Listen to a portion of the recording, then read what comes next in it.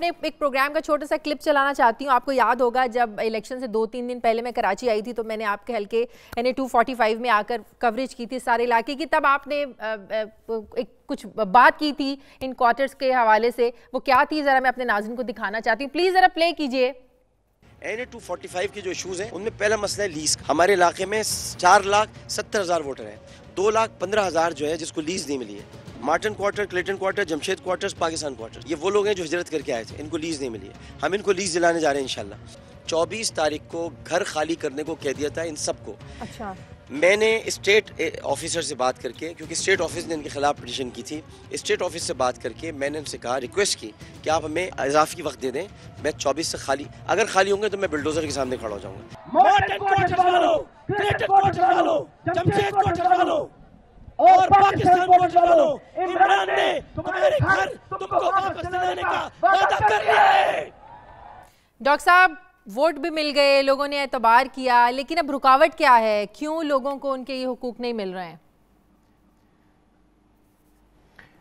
سب سے پہلے مجھے آپ کے 2-4 جملوں پر اعتراض ہے، بلکہ الفاظ پر اعتراض ہے، اور یہ میرا حق ہے کہ میں اس پر اعتراض کروں. جی پلیز. پہلے آپ نے یہ کہا کہ ہم نے سبز باغ دکھائے. تو اردو کی ماشاءاللہ آپ ایک فصیح و بلیغ شخصیت کے ساتھ بیٹھی ہیں، ظفر ہلالی صاحب.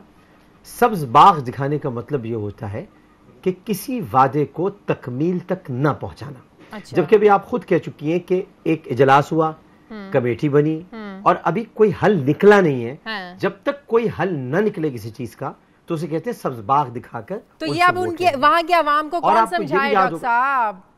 کوارٹرز کے لوگوں کو کون، وہ تو یہی سوچ رہے ہیں نا. یہ میں نہیں کہہ رہی، وہاں کے لوگ کہہ رہے ہیں. ان کو سبز باغ کوئی نہیں سوچ رہا. ان کو کوئی سبز باغ، وہ کوئی سبز باغ لفظ نہیں سوچ رہے.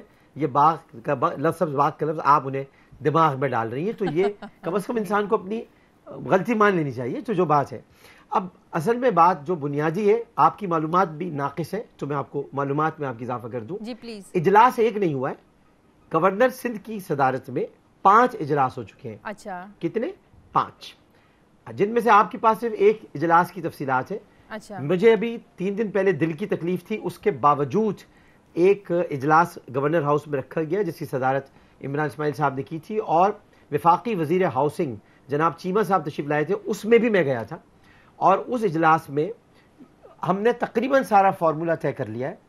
29 تاریخ کو عمران خان صاحب کراچی تشریف لا رہے ہیں. عمران خان صاحب کراچی تشریف لا کر تمام اراکین قومی اسمبلی سے ملاقات کر رہے ہیں، اور مجھ سے ان کی علیحدہ ملاقات ہے جس میں پاکستان کوارٹرز، اور یہ صرف پاکستان کوارٹرز نہیں ہے، میں آپ کو سارے کوارٹرز بتا دیتا ہوں.